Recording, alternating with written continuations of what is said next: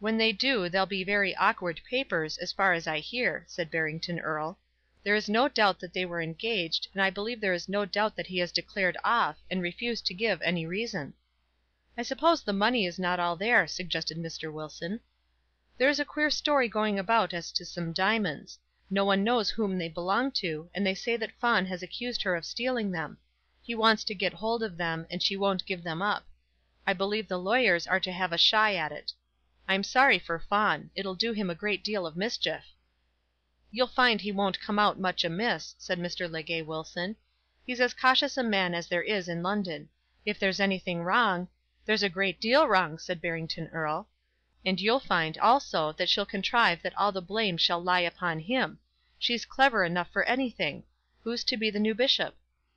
"I have not heard Gresham say as yet. Jones, I should think," said Mr. Wilson.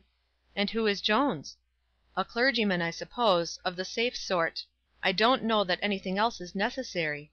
From which it will be seen that Mr. Wilson had his own opinion about Church matters, and also that people very high up in the world were concerning themselves about poor Lizzie's affairs. Lady Eustace did go to Lady Glencora's evening party, in spite of Mr. Camperdown and all her difficulties. Lady Chiltern had been quite right in saying that Lizzie was not the woman to show the white feather. She went, knowing that she would meet Lord Fawn, and she did wear the diamonds.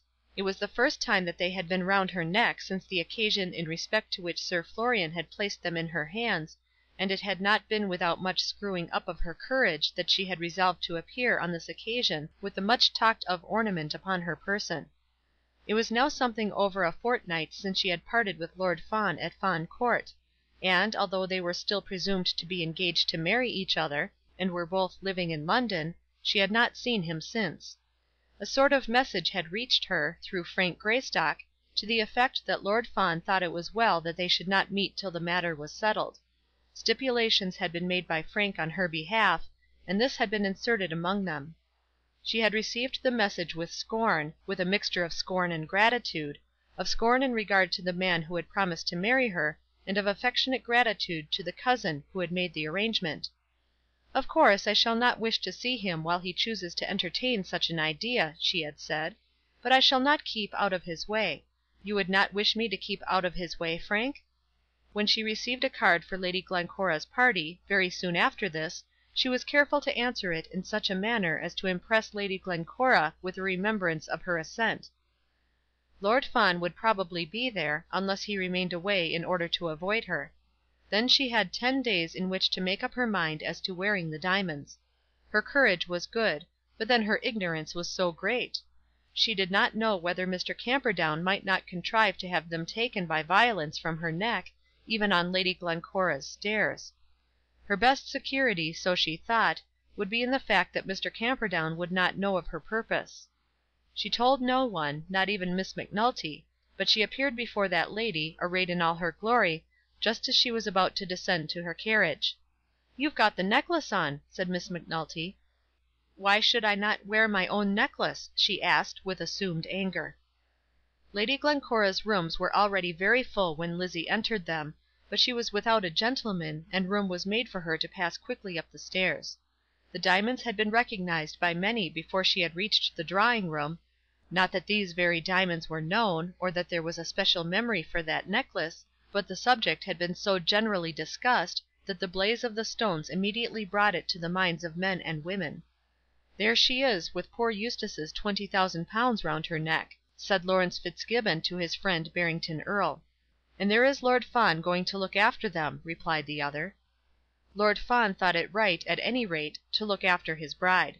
Lady Glencora had whispered into his ear before they went down to dinner that Lady Eustace would be there in the evening, so that he might have the option of escaping or remaining.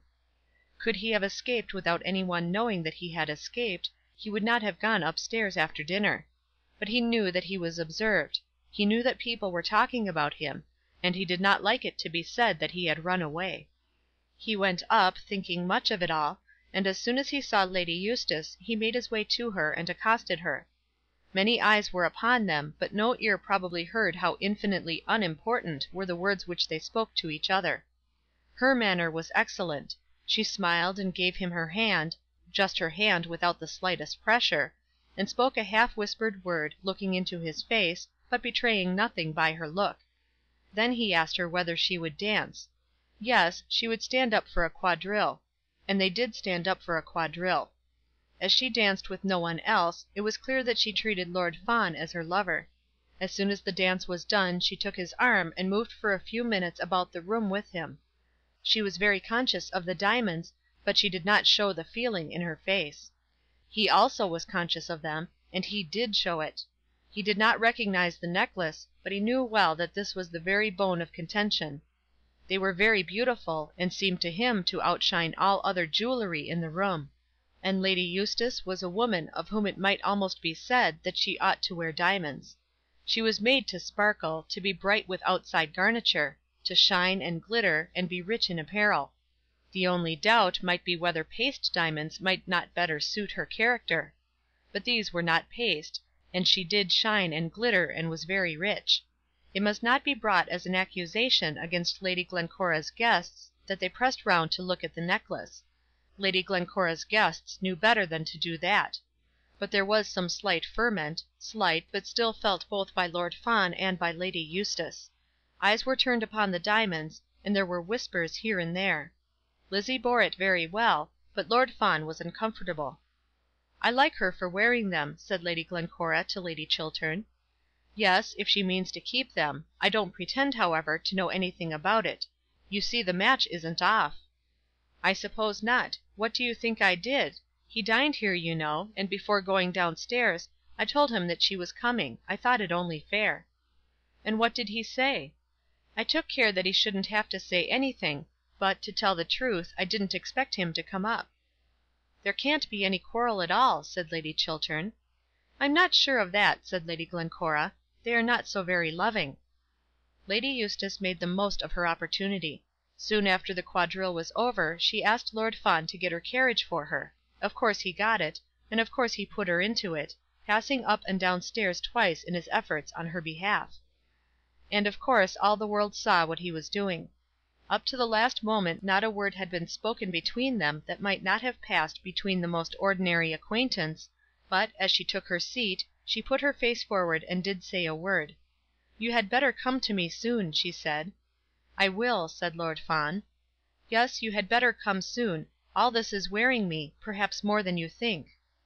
"I will come soon," said Lord Fawn, and then he returned among Lady Glencora's guests, very uncomfortable. Lizzie got home in safety, and locked up her diamonds in the iron box. CHAPTER XVIII.